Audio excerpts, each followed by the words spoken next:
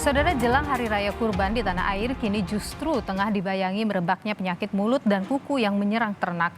Ribuan sapi tercatat mati dan peternak terancam badai ekonomi. Setelah hampir 2 bulan berlalu, pemerintah akhirnya membentuk Satgas untuk menangani PMK. Ada juga ganti rugi bagi peternak terdampak yang disiapkan. Lalu sejauh mana langkah pemerintah ini mampu menghentikan laju penyebaran PMK? Berikut informasi selengkapnya. Di tengah penanganan COVID-19 yang belum usai, Indonesia kini juga tengah dipusingkan dengan penyebaran penyakit mulut dan kuku. Yang terinfeksi adalah hewan ternak, terbanyak menyerang sapi. Menteri Pertanian, Syahrul Yassin Limpo menyebut wabah PMK sedikitnya menginfeksi 180.000 ekor sapi. Wilayah yang melaporkan adanya temuan kasus mencapai 19 provinsi. Cuman dia hanya ada di 19 provinsi besar. Di 79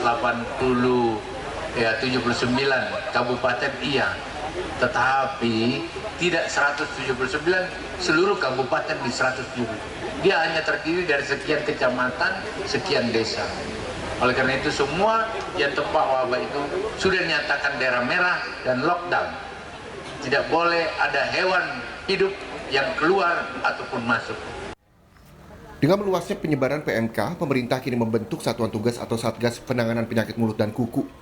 Satgas ini dipimpin Kepala BNPB, Letjen Suharyanto. Tak hanya itu, Presiden juga menyetujui adanya vaksin khusus PMK yang disiapkan tahun ini.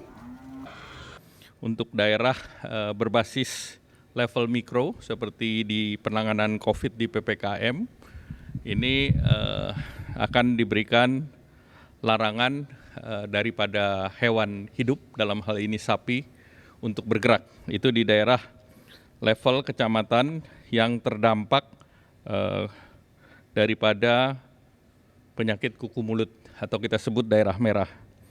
Daerah merah ini ada di 1.765 dari 4.614 kecamatan atau di 38%. Kemudian juga disetujui untuk pengadaan vaksin yang khusus untuk tahun ini itu sekitar 29 juta dosis dan seluruhnya akan dibiayai dengan dana dari KPCPEN. Kesembuhan sapi kini memang tengah jadi harapan banyak peternak. Lantas, bagaimana dengan peternak yang sapinya terpaksa mati akibat wabah? Erlangga menyampaikan, pemerintah akan menyiapkan biaya penggantian. Besarannya adalah 10 juta per sapi. Jika tak ditangani serius dan cepat, sapi yang terinfeksi PMK perlahan dapat menemui kematian. Imbasnya, perekonomian warga bisa jadi bak dihantam badai. Seperti yang menimpa warga Kecamatan Pudak di Ponorogo, Jawa Timur. Tak hanya nyaris tanpa penghasilan selama hampir sebulan, peternak sapi perah juga menanggung utang mencapai puluhan miliar rupiah. Mereka kini berharap bank memberi keringanan meski masih terganjal restu dari Otoritas Jasa Keuangan atau OJK. Bulan berapa? Kalau bisa ya dihapus. Soalnya kita nggak ada pemasukan, terus kalaupun ada penundaan 6 bulan katakanlah. Setelah 6 bulan kita bingung, Pak.